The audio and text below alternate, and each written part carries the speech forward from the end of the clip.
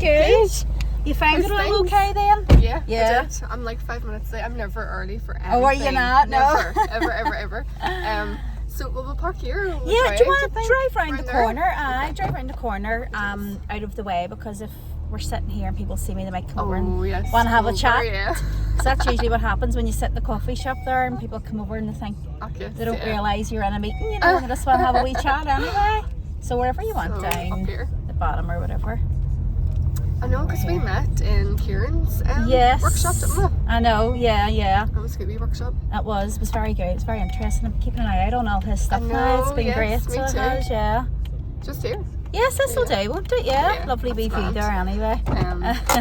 There's your coffee. Oh, thanks so much. Great. So I actually like the Bristol coffee. Do you? Yes, quite Do you know handy. what? It's the only one where it's like close to where people are. Do you know what I mean? Like it's always a garage with barista. Yeah, you don't get a Costa or anything else. I know. But no, I like the Bristol coffee. It's nice. Good. So it is, yes. So this is a great wee idea. I know. Yeah. It's just good to like connect with other women. Yeah. And, you know, like share their business or share their story or, you know, their passion. Yeah, it's just, I think it's needed. But it's good to do it on a car, like, as well. I know, it's like you just never think about that. It's like it definitely is more quieter then as well, you know, where people can't come up and disturb, hopefully, anyway. Exactly, because I was going to do it in the studio and then I thought, why not do it in a car? Because it's even more informal, you know, it feels more like a chat than like a full on interview.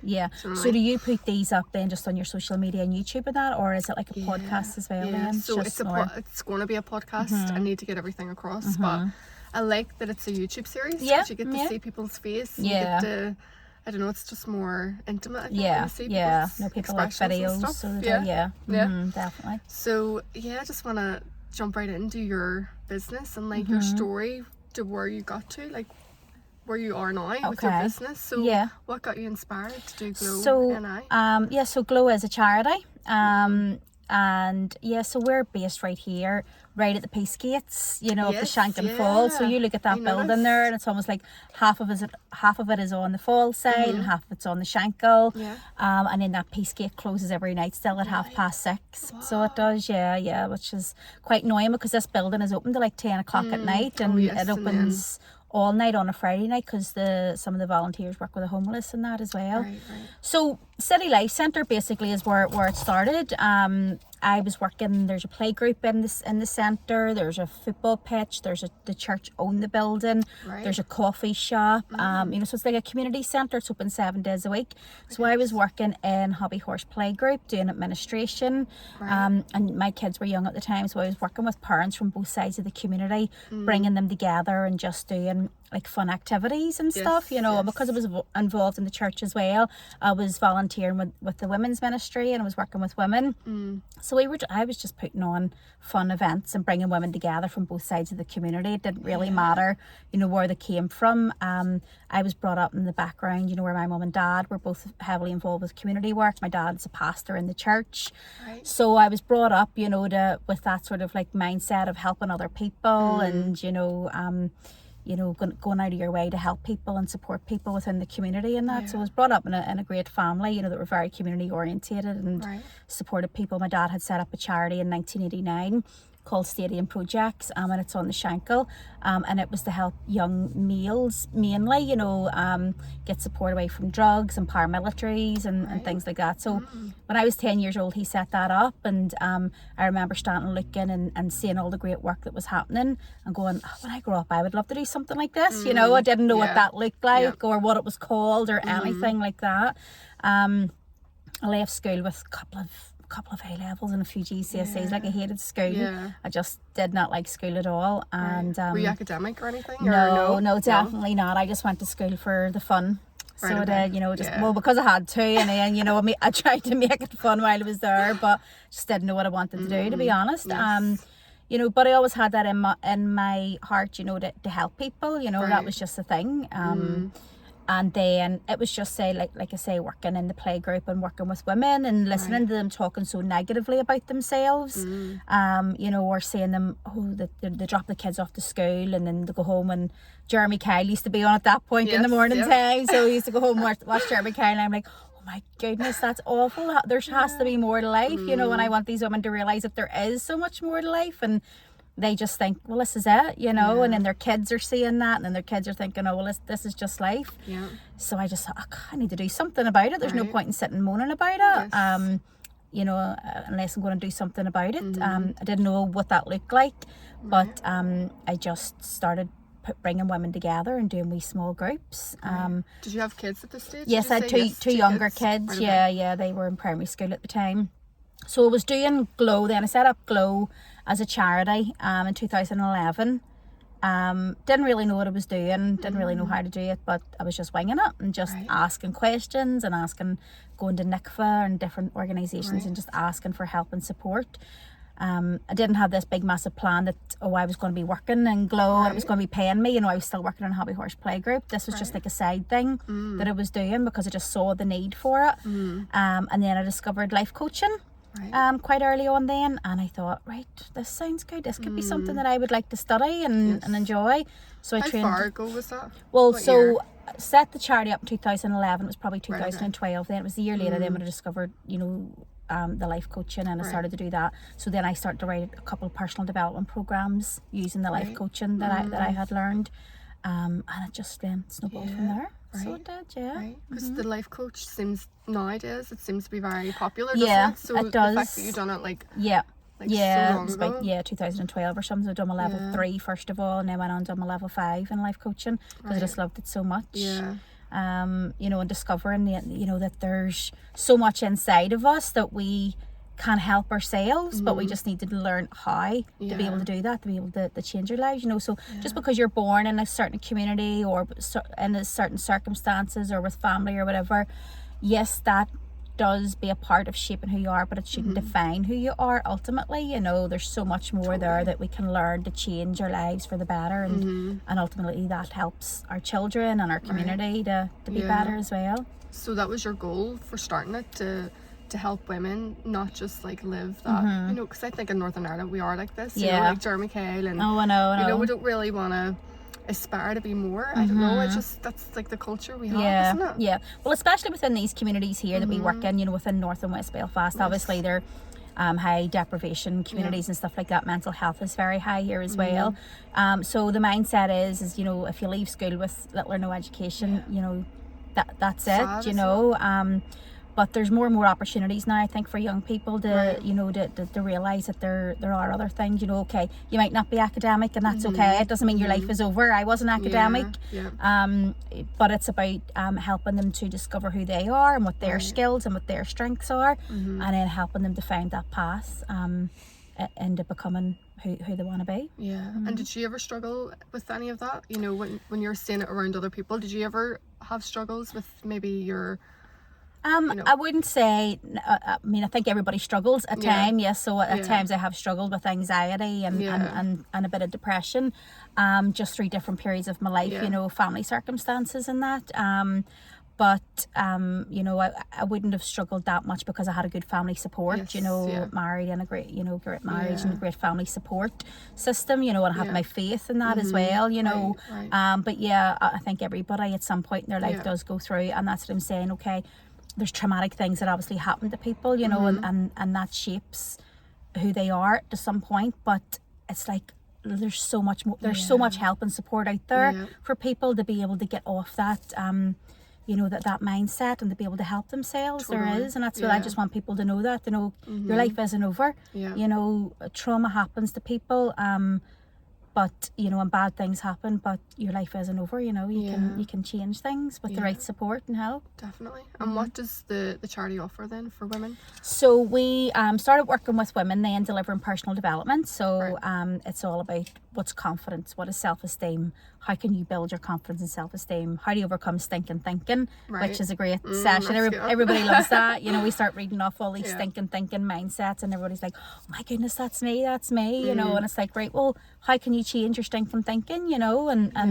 once the women start to realize, oh my goodness, I've got a choice, I can change how I think. It's like this, you know, like that light bulb moment. And it's like, now that you see it and you realize you can do something about it, there's no going back. You know, you have to change it.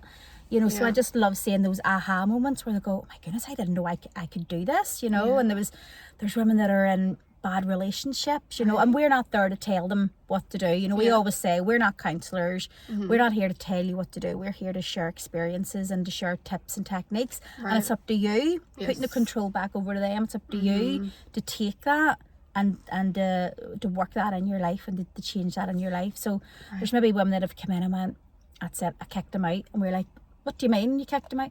No, I just realised I didn't have to live in that situation anymore. And you know, they started to value themselves and realise, right, hold on, I don't need to do that, you know. So they took control and they changed their circumstances. Obviously it's easier for some than what it is for others, but they're just good examples to show that once you get those techniques and once you start to value yourself, then the control is over to you and you can start making those choices.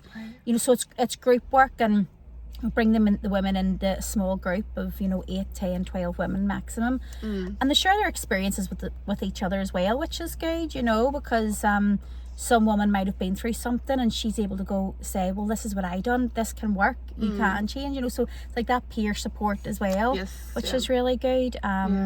And just we help them to set goals and just to change their mindset and to look at their strengths and their values. And to start setting those positive goals to be able to change their life.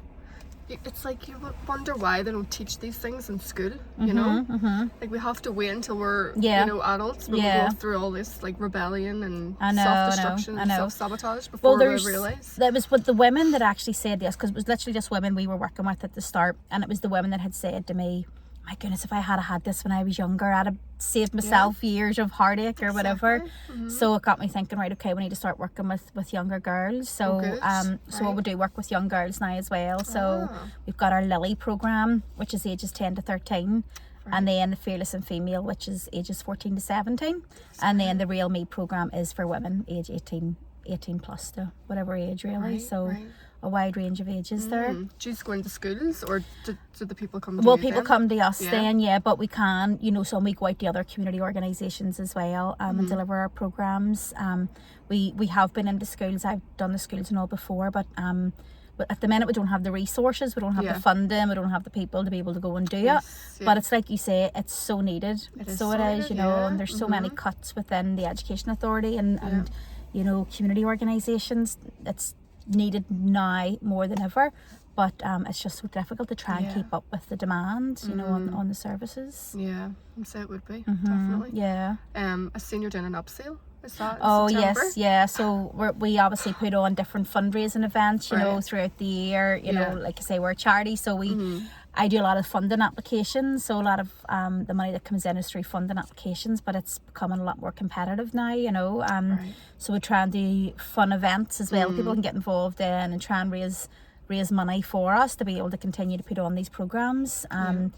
So one of them is an abseil event in September time. We've done a cold water dip there in January. We've done the marathon this year, and then the abseil is the next one as well. Where is that down? The Europa. I'm not doing it, like. So I'm afraid of heights. No. I'm terrible. I always say I've done all my bit over the first lot of years with Glow. I was doing a lot of the fundraising stuff, you know. I've done the marathon most years. And I didn't do the marathon this year because I just thought, no, I've done it enough. Then I went, I'm raging, I didn't do it. So I'll probably do that next year again. But it's just fun events, you know, to try and get people involved as well, you know, and just to continue to raise money so that we can put more programs on, because we've got waiting lists for our young girls and the women's programs, you know. So is it like packed? Right, okay. We could put on a lot more programs if we had the funding to do it, but you know, you're just on a hamster wheel. So you are, you know, totally. Just trying to deliver the programs, trying to keep up with the demand, and then trying to apply for the funding to be able to bring the money in to keep the programs going. So and what's the goal? Like, what's the end goal? Do you want to expand? So we get a lot of people contacting us, you know, about delivering programs out in the other communities across Belfast and that. We are already doing that. But we want to be able to expand out across Northern Ireland and have like Glow hubs across Northern Ireland and basically do what we're doing here in other sort of like communities. You know, so trying to link in with other organisations, other communities across Northern Ireland to be able to partner with them and for us to come in and deliver our programmes and and help reach more women and girls. So that's the goal for that. Yeah, because I've seen that you have merchandise as well. It looks lovely. I only noticed that today. Well, You Glow Girl, then that's like our social enterprise. So we've got some embroidery machines and printing machines, so we do printing and embroidery. We can do it on workwear, or just sweatshirts and t-shirts and stuff like that as well. And then I've just recently set up another social enterprise called Glow Inside Out. So it's about taking our programs out, because we get women who maybe are working but want to come on the programs, and obviously our main focus is women within socially deprived communities that couldn't afford that. So we're looking to take our programs out in the other places across Northern Ireland where people can maybe pay a reasonable fee to come on to one of our programs and take part in a program. We're doing events, and we're starting up a podcast as well. So we are, and our podcast will be, getting different experts on about mental health and well-being for women, and around menopause and stuff like that as well, just to help women to be able to look after their own well-being. So we're looking for lots of people with great, expertise in all fields to do with well-being and helping women. So that'll be our podcast, and then we're going to be looking at events and bringing experts in to do events across Northern Ireland as well. Very good. So that again, there'll be like paid events and paid programs and stuff, and then that money will go back into the charity then, so that we can put on more programs for people that can't afford it. It's amazing. I love even just the whole branding and like going on to your social media. It's just, I love it. It's so we've worked hard. We've worked hard over the years, obviously. Whenever I started it up 11 years ago, coming up to 12 years now, I can't believe it. I can't believe sometimes I'm like, how did we get here? Because I didn't have a big plan, I didn't have a strategy plan, I didn't have the qualifications to do it. I've just learnt over the years. So I went and done my life coaching, and then I done my level 5 leadership and management, and then just there a couple of weeks ago I completed my level 7 leadership and management and strategic planning. So it's only really over the years, that I've trained, because I found something that I enjoyed, that I was passionate about. Didn't like school because I didn't like anything about it. I didn't like any of the classes, the subjects. But once I discovered life coaching and leadership and management, and that was what I wanted to do, so I'm happy to study it. Every time I do a course, I'm like, right, that's it, no more. And then something else comes up, and I'm like, and I've discovered that one of my values now is lifelong learning. Definitely. So and if I'd have said, thought about that as a teenager, no way. I know. But now it's like, no, that is something that I need to do, that I enjoy doing, So if I had have known about life coaching or psychiatry and stuff like that, it would have been something that I would have went on to do. And I've been toying with the idea of it, but I'm looking at 2-3 years of studying or whatever, and it just back, isn't it? So so I'll learn in whatever way that I can, to be able to make the organisation better and stronger, so that we can reach more people. I love that, because sometimes people think that they need to have like you said, you weren't academic or you hated school, but yet you still went out and you still like started something from nothing, even without like the experience. And I think in life, like, that's the best way to learn, isn't it? Like, just throw yourself in, start even when you don't feel like you know what you're doing. That's it. You could have all the qualifications, you could have the degrees, and I know lots of people that have done that, and they're not doing what they went to university for. It's not for everybody, and people need to realise that, everybody is different, and it's about discovering who you are and who you want to be, and that's a lifelong journey as well, discovering who you are. I'm 43 now, and my sort of like mindset has changed, and my values have changed as I get older, and thinking about different things. It changes, and that's okay, and it's recognizing that you're not the same person as I was when I was in my 20s, and that's okay. So it's about that lifelong self-discovery as well. We're never going to fully know. You're never going to get to that point where you're like, now I know, and that's it, and then you can sit back and relax, No.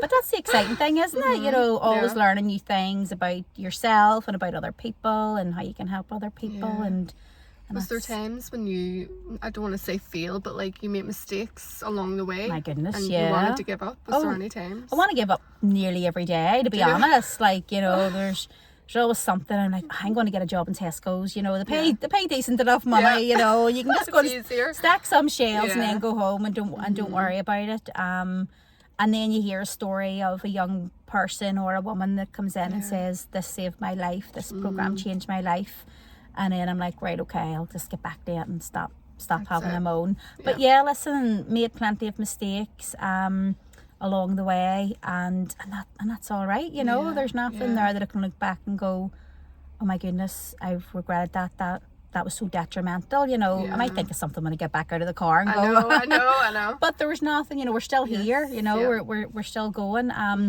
But yeah, I think one of the things that I would always say is I wish I had have asked for more help sooner. For the organisation. I was always afraid to ask for help. I didn't want people to think, oh, she can't do that. That was always one of my things when I started Glow Up. I was afraid that people would look at me and go, oh, who does she think she is? She can't do that. You know, she's just what age was her?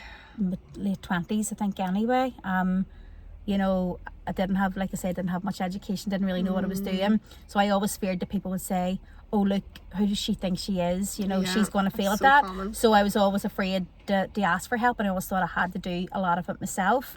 But now I'm not afraid to ask, you know. And if I find somebody on LinkedIn and I think, flip, they've got a wee bit of expertise, I'm going to give them a wee message here, and you know, or I'm going to ask this person to meet up with me for coffee and just pick their brains. I'm not afraid to do that anymore. So I wish I had done that sooner, because we might have been further on in the game, but we are where we are now, and I'm happy enough. Everything happens for a reason. Definitely.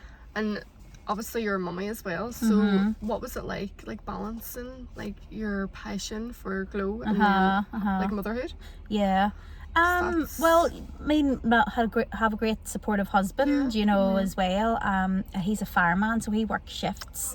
So he was, you know, he was there a lot, you know, when he was off work, you know. So obviously we had to balance a lot of things whenever the kids were younger as well, because I was still working part-time, you know, so there was still a lot of trying to balance that. So a lot of the stuff in the early days with Glow was at home anyway, you know, sitting on the laptop doing a lot of research and trying to set things up, you know. So there was a lot of at-home stuff at that point. And they just came along on the journey, so they have as well. And supportive family there anyway, so that's so important to have that as well. Definitely, it really is. And it's about being open and honest. Whenever I was still working in Hobby Horse Playgroup, whenever I set Glow Up, and there was a point where Glow was getting bigger, there was a lot more happening, more programs, more funding was coming in, and it was getting too much. I do remember at one point it was just getting too much, and I just thought something has to give. And my husband could see, you know, that I was stressed, and you know, we went out for coffee one time and he says, well, what do you want to do? And I says, well, the ultimate goal would be to leave my job in Hobby Horse and, you know, focus full time on Glow as the charity. I says, but I don't know how we could do that financially, because I wasn't guaranteed a wage with Glow. There was a wee bit of money there, but you know, it wasn't guaranteed. He says, well, listen, if you have to do it, you have to do it. We'll make it work. And once he said that, I never thought that I could do that. You know, I just thought I have to stay in this job because this is my job. I never imagined that I could work for the charity. You know, I didn't set the charity up to get me a job. You know, I never imagined that would ever happen. But it just, because it was getting so busier and bigger and that, it was almost like, right, I have to do this. But I never thought it was a possibility. But once he said that to me, I was like, my goodness, I could actually do this.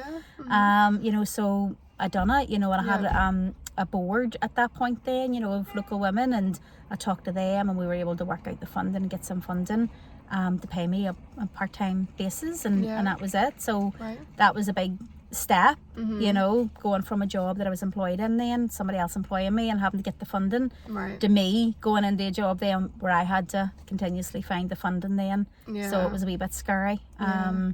But it was, if I hadn't made that step, then Glow probably wouldn't be here now then, you know, if I hadn't done that. So that's amazing. And what I always ask this question every time. What's your legacy? What do you want to leave as your legacy in life? You know, even with your kids and with your business. I think a legacy to leave is that it's hard. I know it is, just, you know, that I help people, you know, that you know, I always remember thinking,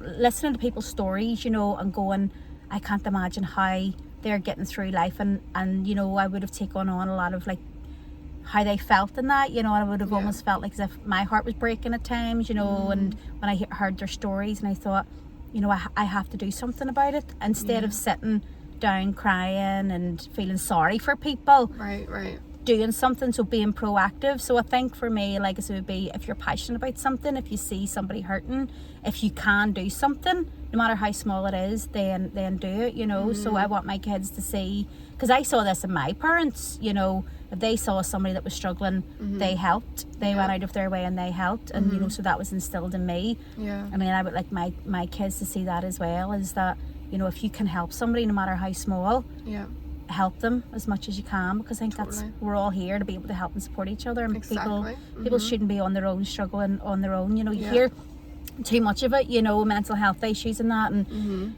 people are lonely, you know, and they're all, or they think that they're lonely. There's so many people around them, and it's, you just want them to be able to reach out and ask for help, and there's people sitting there willing and ready to help. You know, so I just want to be able to create that sort of like movement and community of people that are saying, right, okay, I've been there, I know how that feels, I'm ready to help, and you know, to step out and help. And another question. For someone, you know, someone young, a young girl, what advice would you give them, you know, if they wanted to start something? Even like for me, because this is very new for me, like I've been in motherhood like for 5 years in the house, and I'm coming out now and I feel like I don't know how to talk. Well, you're doing a good job, so you are. It's like you've been away for so long, and your confidence kind of does get knocked a wee bit. Of course. So it's like building that up and just doing things even when you're scared. So like for someone who's sort of getting back out there and wants to like pursue a goal or passion, like your own personal experience, like what is your advice to them? Like what would you say to them? Really? Well, it might be a cliche or whatever, but I think it's so true. Be yourself. Be yourself. You know, there's so much on social media out there where people are imitating other people, and I just don't think that works, you know. And that's what I have learned along the way as well. You know, I'd maybe go in places and you know, there's CEOs and all sitting there, and I'm like, you know, that imposter syndrome comes on, and it still does, you know, it still does at times. I'm like, you know, I go in and I'm like, who am I? You know, I didn't go to university, I don't, you know, with a big degree or anything like that. So the imposter syndrome does happen, and that'll probably always be there, and that's fine. But I would just always say, still be yourself. You know, look at the people around you who you are influencing, like your family, you know, your children, and people do like you, obviously, you know. So it's like, okay, I'm a likable person, you know. It's having that value in yourself and that self-worth. When people do like me, I'm just going to be myself. There's no point in pretending to be anybody else. And there's times I know that I have looked at other like CEOs or something like that and went, right, that's the way I have to dress, you know. I love my jeans and my t-shirt, you know, wearing, you know, dresses and stuff. I'll get dressed up if I have to, but you know, just be yourself, you know, and do it as well. You know, I didn't have a strategy plan. I didn't know what strategy plan was back then. You know, I didn't have a 3-year, 5-year goal, big goals or anything like that. I just had a passion. I saw a need and I just done it. You know, and that's obviously what you're doing with this as well. You know, it's something that you want to do. And you're just doing it. Just do it. Totally. And so what if it doesn't work out? You know, as long as you've had fun along the way.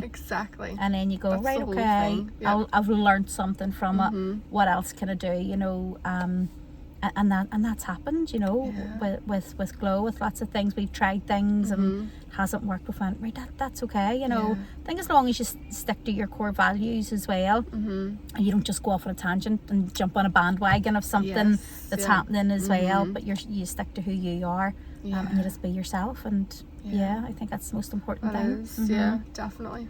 Because like you said, you know, getting on the bandwagon, like there is so many people doing so many of the same thing, and I think sometimes people do just want to jump on because it is popular, it's trendy. And if it's not going to work for your personality, then there's no point, you know. And I know lots of people are doing podcasts and stuff, and I love podcasts. I love listening to them. I think they're a great resource of help and support. And you know, whenever I toyed with the idea, I went, but lots of people are doing podcasts, and I'm like, people will just, again, the imposter syndrome come in. People will just think, oh, she's just jumping the bandwagon, and then I'm like, no, but this is what I want to do. I know, you know, I love listening to podcasts. I love talking to people. So I want to talk to lots of experts and get their tips and techniques and share that with everybody else through a podcast, you know. So I'm just going to do it, you know. And again, I've no experience, so I'm working with a company at the minute to do a few of the first podcasts, you know, recording them more professionally in that, and working on some branding.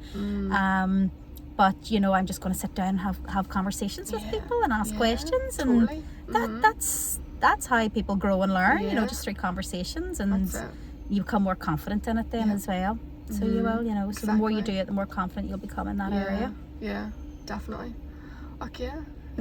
I think we've answered, like, you've answered everything.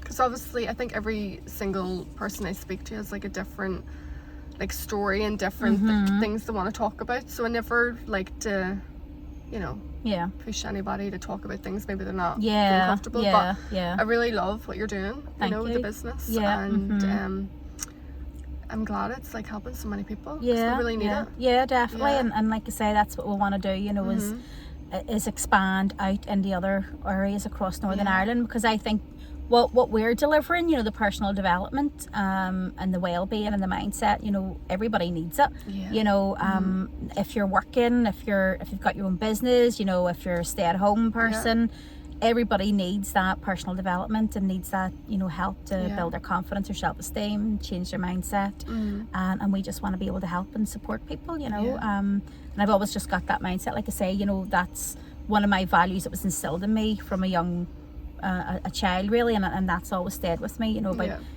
helping other people as much as you can. You know, you don't get into the charity sector or whatever, you know, to become a millionaire, you know, or to make a lot of money, you know. That's not what we get into it for. So that's not what it's about. But it's about it's like you say, leaving that legacy, you know. And I want Glow to leave a legacy, you know. We have women that come through our programs, and we see, you know, potential in them, and help them to become, you know, the person that they want to be. If that's going back to education, employment, setting up their own business. Some of them, we train them up as mentors, and then they mentor other women. Some of them we've trained to be facilitators, and now they're facilitating our programs out in the other community organisations. You know, so for me, it's about creating that sort of like movement of women, empowering women, I suppose. You know, women that have been there, done that, and say, yeah, listen, I know I was in the exact same place as you were, and now I'm where I am, you know. They're walking evidence that it can happen. But and what's, just one more question, what's some of the things that people come in do for, you know, like if someone's watching this and they've got something they're, you know, struggling with, you know, like what kind of things do people come in with so that they don't feel? Well, a lot of the women that come in to us, and the young girls as well, you know, maybe have mental health issues or whatever, but that can range from like anxiety, depression. Maybe some of them are just isolated and at home and lonely. Maybe some of them just feel stuck, and they want to do something different with their life, but they don't know how, and they don't know what that is. You know, so it can range from a wide range of things, you know. For our programs, it's like you know, you have to be at that point where you want to move forward. You know, we're not counsellors, you know. We're not about looking back in your past or like your trauma and things like that. So if people do come to us and they've got those types of issues, then we help to get them into organisations that's going to help with those types of things, you know, with counselling or trauma and stuff.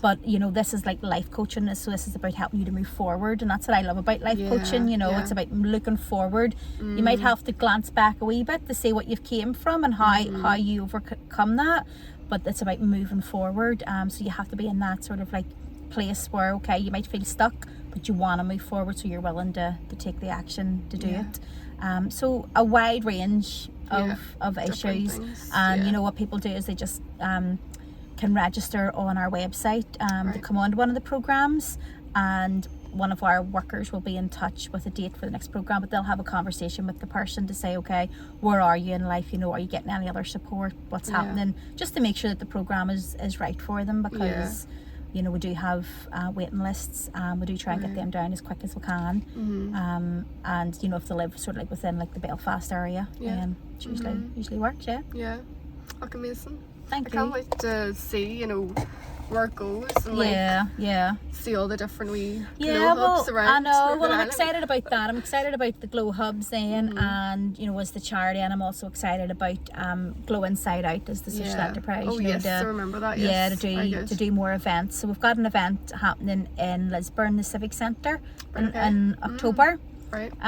So we're going to have a couple of different experts on talking, but we're going to make it fun as well. You know, it's not just going to be coming and sitting there and listening. You know, we want it to be fun and interactive as well. So keep a wee eye out for that. That's happening in October time. So it is just a few hours for mummies or whoever, you know, to get out of the house and come and meet other women and learn about their own well-being and how to look after themselves. I know. Yeah, well, that's it. You know, and I love that as well. And that's why I'm doing it. You know, because there's half the population are female, aren't they? You know, isn't that right? You know, so it's needed. It's so needed. And there's other people that are doing great work similar to what we're doing, and we just want to partner with them and bring them along and say, let's work together and get great advice and tips out to women so that they can look after themselves and young girls as well. Yeah, definitely. Yeah. Look, I love it. I really do. Thank you so much for the opportunity. I know, because it's really good to get your message across. You know. Yeah. But thank you so much. No, that's great. And if you are sharing this, if you're tagging it there, and can you tag Glow NI and Glow Inside Out? Obvious. Yeah. Course, then I'll share it on that as well. Yeah. So 100%. Brilliant. Thank you. I didn't give you a hug when you came in. You're the first person I ever hugged. Oh, no way. I was driving. I was like, I didn't hug her. Definitely. Right, thank you very much. No, that's great. It was really like informal, like you say as well. You know, I'll drive you around. And do you want me to drive go in this door here? Oh, so I can. Yes, I can go in here. Okay. Where do you live then? Anyway, where do you come from? Bye.